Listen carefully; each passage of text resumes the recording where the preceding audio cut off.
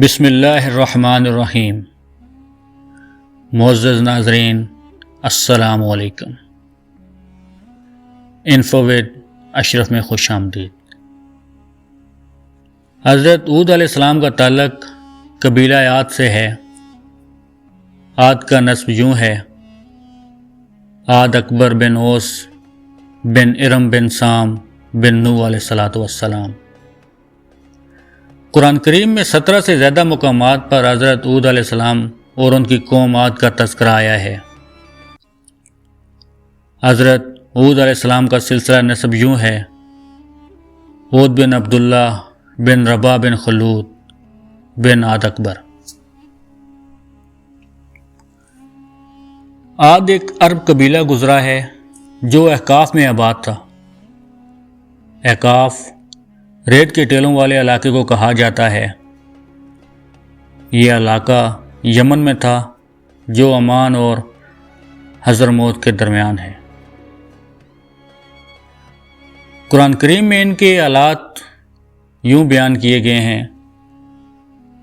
عاد عرب تھے اور احقاف کے باشندے تھے۔ یہ لوگ بڑی قد و قامت کے مالک تھے، بہت زیادہ طاقتور تھے۔ اسی قوت و طاقت نے انہیں سرکش اور گھمنڈی بنا دیا تھا۔ کمزوروں پر ظلم ڈھاتے تھے، بت پرست اور مشرک تھے۔ خیمے ہونے کے باوجود ہر اونچائی پر مضبوط محل بناتے اور اس پر فخر کرتے، گویا مال و دولت کو بیکار میں ضائع کرتے۔ اللہ تعالیٰ قرآن کریم میں فرماتے ہیں: الم تر کیف فعل ربک بعاد، کیا تم نے دیکھا نہیں کہ تمہارے پروردگار نے عاد کے ساتھ کیا سلوک کیا؟ ارم ذات العماد، اس اونچے ستونوں والی قوم ارم کے ساتھ جس کے برابر دنیا کے ملکوں میں کوئی اور قوم پیدا نہیں کی گئی۔ یہ قوم بڑی زوراور، قوی الجثہ، ستونوں کی طرح طویل القامت تھی۔ ایسی قد و قامت والی اور طاقتور قوم نہ اس سے پہلے پیدا کی گئی اور نہ بعد میں۔ یہ لوگ عرب تھے اور عربی میں بات چیت کرتے تھے۔ حضرت ہود سامی نسل کے قدیم ترین پیغمبروں میں سے ہیں۔ طوفان نوح کے بعد جب ایمان والوں نے زمین پر قدم رکھا تو ان بستیوں میں رہنے لگے جہاں نوح علیہ السلام رہا کرتے تھے۔ یہ لوگ توحید پرست تھے، لیکن وقت کے ساتھ ساتھ شیطان نے ان کے دلوں میں وسوسہ ڈالا اور وہ شیطان کی عبادت کرنے لگے۔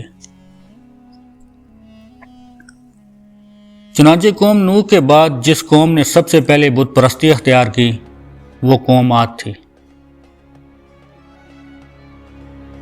قرآن پاک کی سورت ہود میں اللہ تعالیٰ نے حضرت ہود علیہ السلام کے اپنی قوم کے ساتھ ہونے والے مکالمے کو یوں بیان کیا ہے: اور قوم عاد کے پاس ہم نے ان کے بھائی ہود کو پیغمبر بنا کر بھیجا۔ انہوں نے کہا: اے میری قوم، اللہ کی عبادت کرو، اس کے سوا تمہارا کوئی معبود نہیں ہے۔ تمہاری حقیقت اس کے سوا کچھ نہیں کہ تم نے جھوٹی باتیں تراش رکھی ہیں۔ اے میری قوم، میں تم سے اس تبلیغ پر کوئی اجرت نہیں مانگتا۔ میرا اجر کسی اور نے نہیں، اس ذات نے اپنے ذمہ لیا ہے جس نے مجھے پیدا کیا ہے۔ کیا پھر بھی تم عقل سے کام نہیں لیتے؟ اے میری قوم، اپنے پروردگار سے گناہوں کی معافی مانگو، پھر اس کی طرف رجوع کرو۔ وہ تم پر آسمان سے موسلا دھار بارشیں برسائے گا اور تمہاری موجودہ قوت میں مزید قوت کا اضافہ کرے گا، اور مجرم بن کر منہ نہ موڑو۔ کیا تم ہر اونچی جگہ پر کوئی یادگار بنا کر فضول حرکتیں کرتے ہو؟ اور تم نے بڑی کاریگری سے بنائی ہوئی عمارتیں اس طرح رکھ چھوڑی ہیں جیسے تمہیں ہمیشہ زندہ رہنا ہو۔ اور جب کسی کی پکڑ کرتے ہو تو پکے ظالم اور جابر بن کر پکڑ کرتے ہو۔ اب اللہ سے ڈرو اور میری بات مانو، اور اس ذات سے ڈرو جس نے ان چیزوں سے نواز کر تمہاری قوت میں اضافہ کیا ہے جو تم خود جانتے ہو۔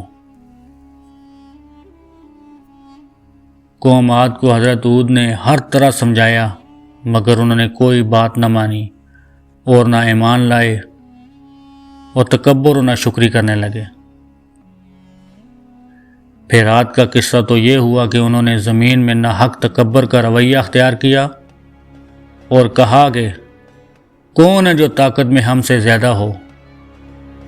بھلا کیا ان کو یہ نہیں سوجا کہ جس اللہ نے ان کو پیدا کیا ہے وہ طاقت میں ان سے کہیں زیادہ ہے، اور وہ ہماری آیتوں کا انکار کرتے رہے۔ اب تم سب مل کر میرے خلاف چالیں چل لو اور مجھے ذرا مہلت نہ دو۔ میں نے تو اللہ پر بھروسہ کر رکھا ہے جو میرا بھی پروردگار ہے اور تمہارا بھی پروردگار ہے۔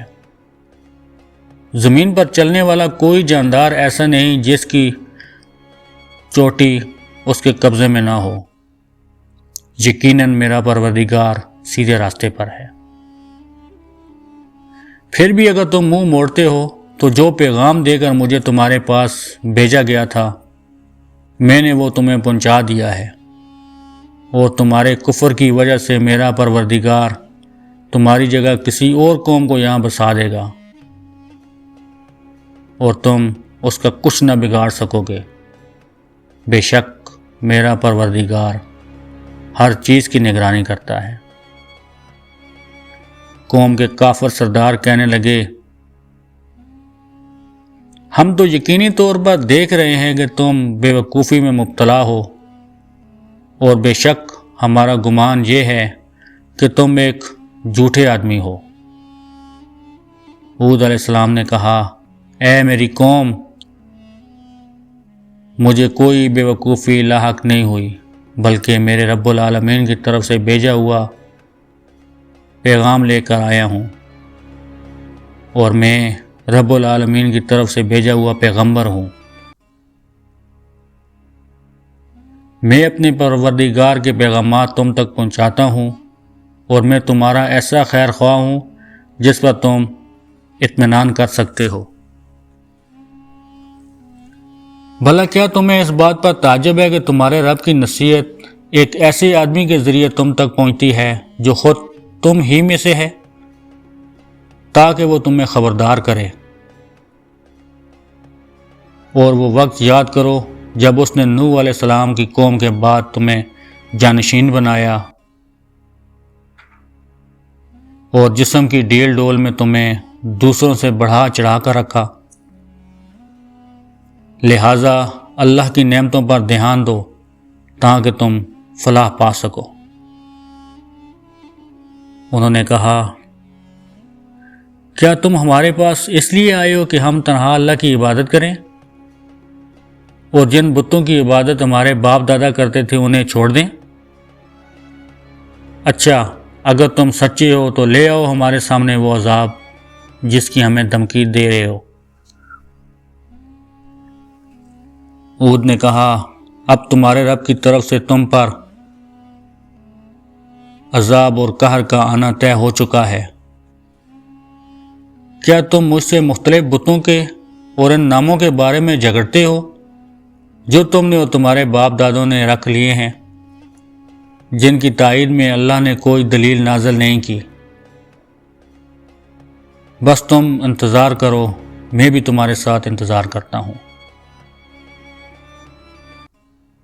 چنانچہ ہم نے ان کو یعنی ہود علیہ السلام کو اور ان کے ساتھیوں کو اپنے رحمت کے ذریعے نجات دی، اور ان لوگوں کی جڑ کاٹ ڈالی جنہوں نے ہمارے نشانیوں کو جھٹلایا تھا اور مومن نہیں ہوئے تھے۔ ظالم قوم نوح کی طرح ان کا مذاق اڑاتی رہی کہ تم پر ہمارے بتوں کی مار پڑی ہے، اس لیے تم ایسی باتیں کرتے ہو۔ ہود علیہ السلام انہیں دعوت حق دیتے، یہاں تک کہ ان کی قوم نے کہہ دیا آپ ہمیں واز سناتے رہیں، ہم اپنی روش نہ چھوڑیں گے۔